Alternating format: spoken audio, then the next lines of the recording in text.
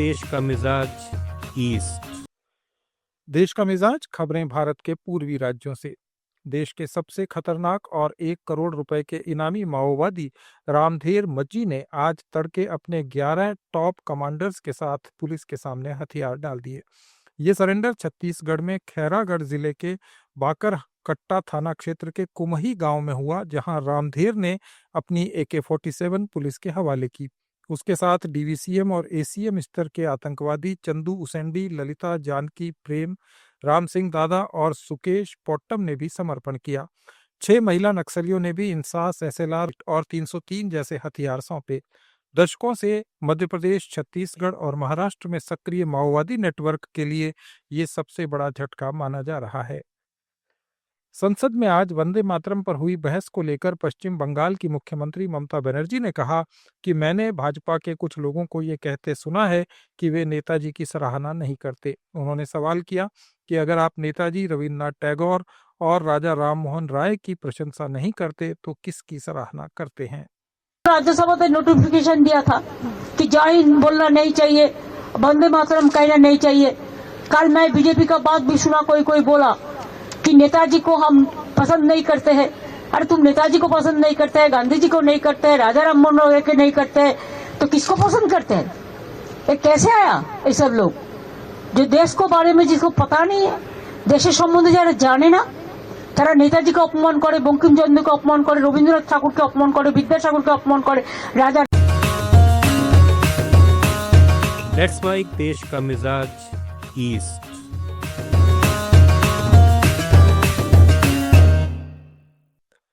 तृणमूल कांग्रेस की सांसद सागरिका घोष ने आज केंद्र सरकार की आलोचना की। उन्होंने कहा कि देश ने पिछले 24 घंटों में मोदी सरकार की नाकामी देखी है।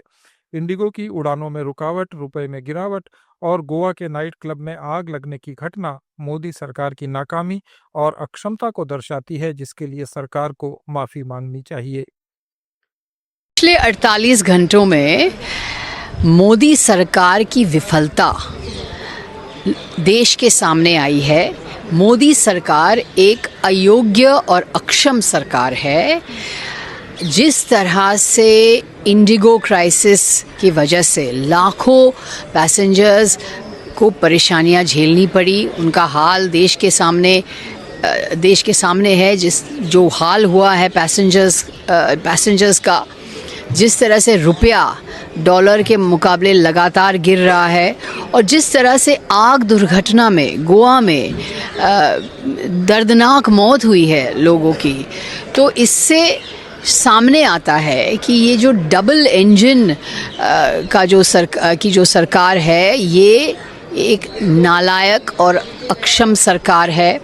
गोवा में सरकार वहाँ। केंद्रीय संस्कृति और पर्यटन मंत्री गजेंद्र सिंह शेखावत ने आरोप लगाया है कि पश्चिम बंगाल सरकार ने राज्य में धार्मिक पर्यटन को बढ़ावा देने के लिए कोई प्रस्ताव नहीं भेजा है।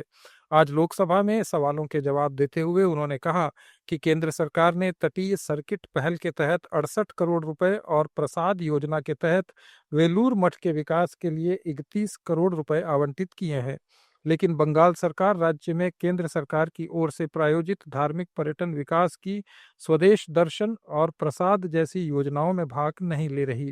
राष्ट्रीय तीर्थ यात्रा योजना में गंगा सागर को शामिल करने पर उन्होंने कहा कि विस्तृत DPR बनाना राज्य सरकार की जिम्मेदारी है।